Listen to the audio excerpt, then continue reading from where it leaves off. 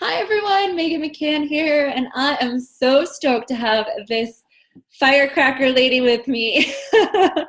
She is a speaker, she is an author, she is a cancer survivor, she runs a nonprofit business, a for-profit business. Did I say she's a mother? Entrepreneur, she does it all. We have Lisa Nielsen with me. Hello! Hi, it's so great to see you. Thank you so much for having me here. You're awesome yourself. Oh, thank you. And so I'm just so excited to have you here. You're going to be a speaker at our Soul Success Summit in March. And, I've just been watching you because, Lisa and I met online a few months ago. And from the first time we met on Zoom, I was like, oh my God, this person is hilarious. She's witty and she's done all of these amazing things in her life. I just can't wait to meet you in person. And I know, I can't wait to do the same. And I missed you when you were in Brooklyn because I am running 3 businesses. I have 2 children, a dog, and a husband. And I don't know which one requires the most work, but I'll tell you what brings me the most joy. It's working with people and helping them kind of identify their path, right? So I have the for-profit side where I work with anyone and I help them with resumes and I help them with coaching, with figuring out how to do interviews. But then there's my nonprofit, which is all about cancer survivors. And after you get hit on the head with a cancer diagnosis, you recognize, like, wait a minute, I don't like what I'm doing. Or wait a minute, I don't have a job anymore because I lost it. So I'm kind of just consistently juggling a bunch of different things. But the goal, of course, is that I'm totally inappropriately funny. I laugh at things that other people would probably cry over. Like, I've got one boob and it's just part of my shtick. Like, I'm just like, listen, I can't be famous because I've only got one, is just being here. Your face was a little frozen when you said all of that. But I heard you. Oh no, and now your face is frozen doing this. It's actually kind of perfect. Are you there?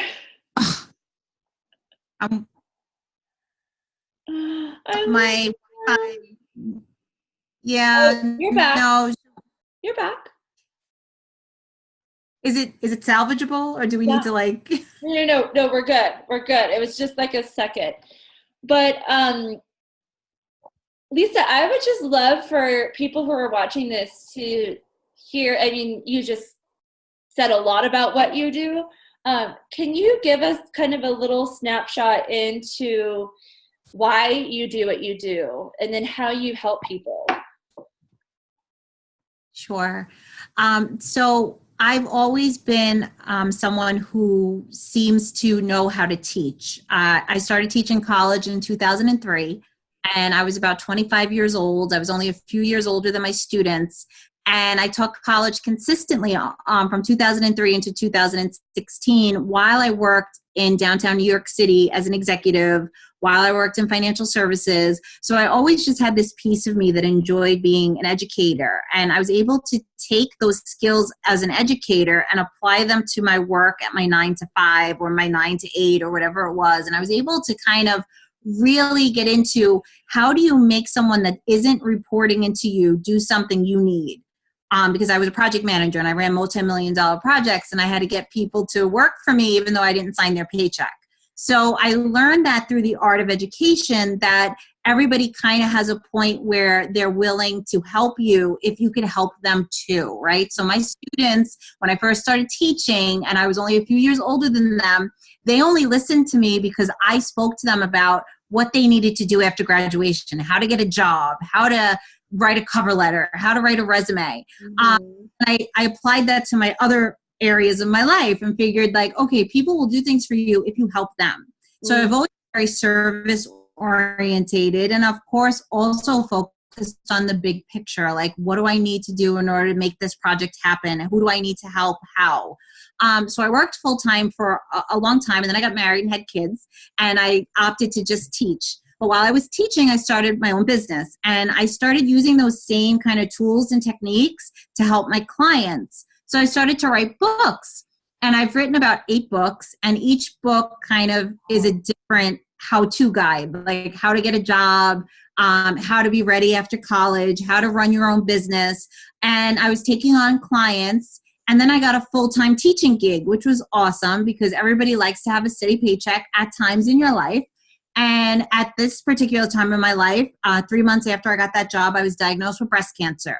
And it was aggressive. It was stage 3 breast cancer. I was 39 years old. I had no lump, no family history, nothing. My kids were 6 and 9 years old. I'm working full time though. And my main focus is to get through the treatment. The treatment takes a long time. You think, oh, you get cancer and you either die or you're cured in a day. And both of those themes are BS. Neither one of them are true. It's a very difficult process. So I went through my chemotherapy, 8 rounds. I'm bald. I'm wearing a wig. I got no eyebrows. I've got no eyelashes. And my boss calls me into her office the day after my last chemo and tells me that they don't have a spot for me anymore, that my job is gone. And I was a shattered human being. I mean, to begin with, I'm operating on, 1 working white blood cell, right? And I am going to work every day as a way to keep my brain focused and to not think about the fact that I'm bald and that I'm a cancer patient and my kids are scared and all that. And I'm trying to hold it together, and I lose my job. And I go home and I'm just ashamed. I'm embarrassed. I have 1 boob. My body isn't mine anymore. I'm not me anymore. Who am I, right? If I'm not a teacher, I'm not working every day, who am I? Because now all I am is a cancer patient. Mm. And I started slowly sharing my story, and I wrote a blog, and then I wrote another blog. And then before I know it, I have 1,500 to 2,000 people a week reading my story and telling me it happened to me too. Or I was working as a hospice nurse and realized, shit, this is too close to home. I can't do this anymore. And I realized this is my why. I've spent 15, 20 years helping getting people ready to write a resume, to write a cover letter. And now it's like the chips are down. We got boobs cut off. We got bald. We don't know what's going to come tomorrow. We don't know if they're going to tell us, we just saw something on your scan, you're screwed. We don't know. But what we do know is that we're still useful. We're still able to do meaningful work. But it's hard for us because we have chemo brain, and because our bodies are mutilated, and because we've been through something that people just don't understand, or they take 8 steps away from us when you tell them, or they look at you with pity, or they look at you like you're not human anymore, like you're no longer a person. You're just somebody who was infected, someone who was sick. And that's my why. Everything that I do is not only to help people who have never been sick, but also to make people realize that that line between sick and well is real freaking thin. And if you walk around and you don't take care of this one body you're given, and if you don't respect the fact that you have boundaries and that there are things that you shouldn't push yourself to do, you will wind up in a bed, not well, and feeling like your world is ending. So the line is so thin that what I do to help people who have been through cancer treatments, who have been through a serious illness, is a real close tie-in to what I do to anybody who's well. But at the same time, for those of us who have walked the walk and had the infusions and got the body parts cut off, we no longer feel like tomorrow was promised to us. Like, mortality is there for all of us, but until you're told you have a disease that could kill you, you don't really live in that, right? You kind of just walk around every day without thinking about, well, tomorrow could be it for me. Those of us who have been hit with a real illness, we know, shoot, we don't know what tomorrow brings. So we want to do what we love today. And that's why I founded Balance After Cancer, so that people like me, people who don't know what that why is, can find it. And you know what? If you're well and you want to find it, you'll continue to be well because you'll always have something that you love to do that keeps you happy. So that's like my why, and that's my story of how I came to be and why I'm so passionate about being out there, sharing my story. It's not just about breast cancer. It's about anything that knocks you while you're down. People will knock you while you're down, and there's people like me there waiting to help you get back up. Oh, amen, sister. I love that. And, as I was hearing you speak, I can't relate to cancer, because I haven't been through that. And so thank you for Thank God. taking me through thank you for taking me through, that journey, because I know from what I hear is that it's hard. But for you to explain that, the good, the bad, and the ugly, as a human being is good to know that transition. But then another thing that I'm hearing is just the theme of feeling like you've been knocked down, which I think is something that we can all relate to. We've all, I feel like as you get older, it happens more often, right? I know what that feels like to like wake up one day and feel like, holy shit, what just happened?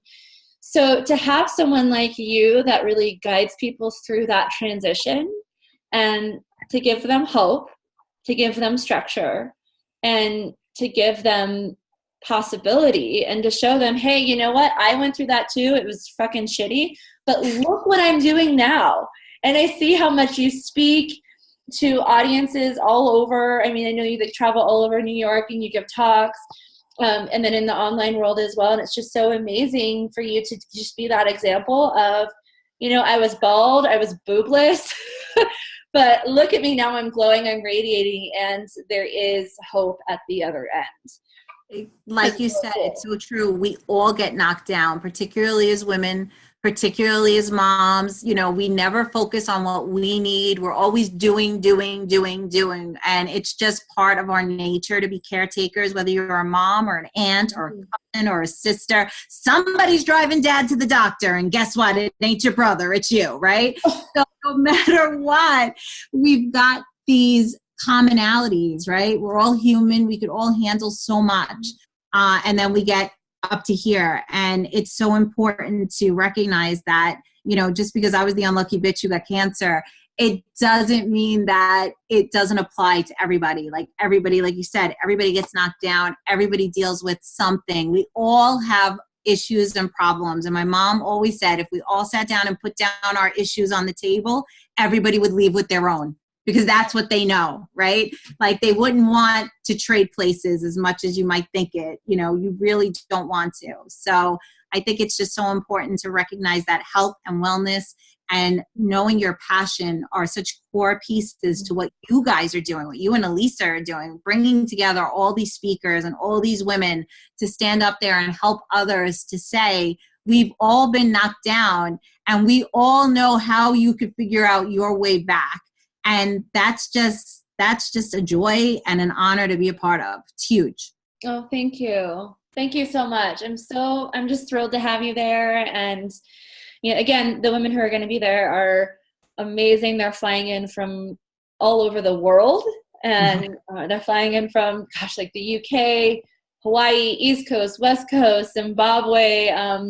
Many other countries I haven't been to. And the really cool thing is, we're coming together with this common mission of elevating each other and showing one another that as female entrepreneurs, we can thrive when we lock arms together. The world needs more women in positions of power right now. Amen. The future is women, and I firmly believe that. And so to have this weekend as an opportunity for high power women to elevate and also be kind and compassionate and empathetic towards one another is a complete experience in itself. So Amen. Thank you. And then just to give the viewers a little bit more of, kind of like a detailed description of what to expect. The weekend is going to be a blend of yoga, of meditation. We call it the self-love. So how to take care of yourself, which I know you'll talk about. The how to take care of yourself so that you can take care of others and take care of your business. We're going to have healthy food. We're going to have a wine reception, music, blended with the how to be a badass at what you do, how to make more money, how to fine-tune your systems. And so we call it the feminine with the masculine piece to your business. So if you or anyone you know is a woman entrepreneur that wants to come out in Santa Barbara and follow Lisa, she has an affiliate code where you get $100 off your ticket when you follow her. So you just enter Lisa Nielsen at checkout when you get your ticket, and you can honor that $100 off your tickets. Yay. Yay. I can't wait to see you all there. All you folks that follow me on the West Coast or who want to travel and meet me out in Santa Barbara. Let's go, March. I'm there. Oh. And we're going to be just steps from the beach. So yeah, I grew up in Santa Barbara. I live in Idaho now, but Santa Barbara is very near and dear to me. It's a very special place. So you will not be disappointed. Have you ever been there? I've been to California, but never to Santa Barbara. I've been to I think Anaheim is where I went, but I was a kid. Santa Barbara is very different. Yeah, well, I mean, I was 10, so Did you go to Disneyland? We went to Disneyland, but I was 10, and 42 this year, so we're going back a long time. Yeah. It's like I've never been. Yeah, last summit, some people came to the summit and then they took their family to Disneyland. So if you wanted to do that, you could. I'm thinking about it. I really am. I've been talking to my family about it to see what we'll do and how we'll do it. But I'll definitely be there. Part of me is like, I do so much with the kids and the fam. Part of me is like, let me do something just for me. So I'm kind of maybe just doing this just for me. Leave them home. Otherwise, I'll be like cooking and I mean, even though it's a hotel, I'll be doing something that I'm not supposed to be doing. Yeah, no, you might need this time for yourself. I feel yeah. Awesome. Well, Lisa, you are just such a joy. Thank you so much for the work that you do and that you will continue to do. And then also thank you for spending these last 15 minutes with us so that we can learn more about you. Anytime. I appreciate you guys so much. Thank you for all you do. Cannot wait to hug you. It's coming. Have a beautiful day. I'll talk to you soon. Thanks. Bye, girl. Bye. Ciao.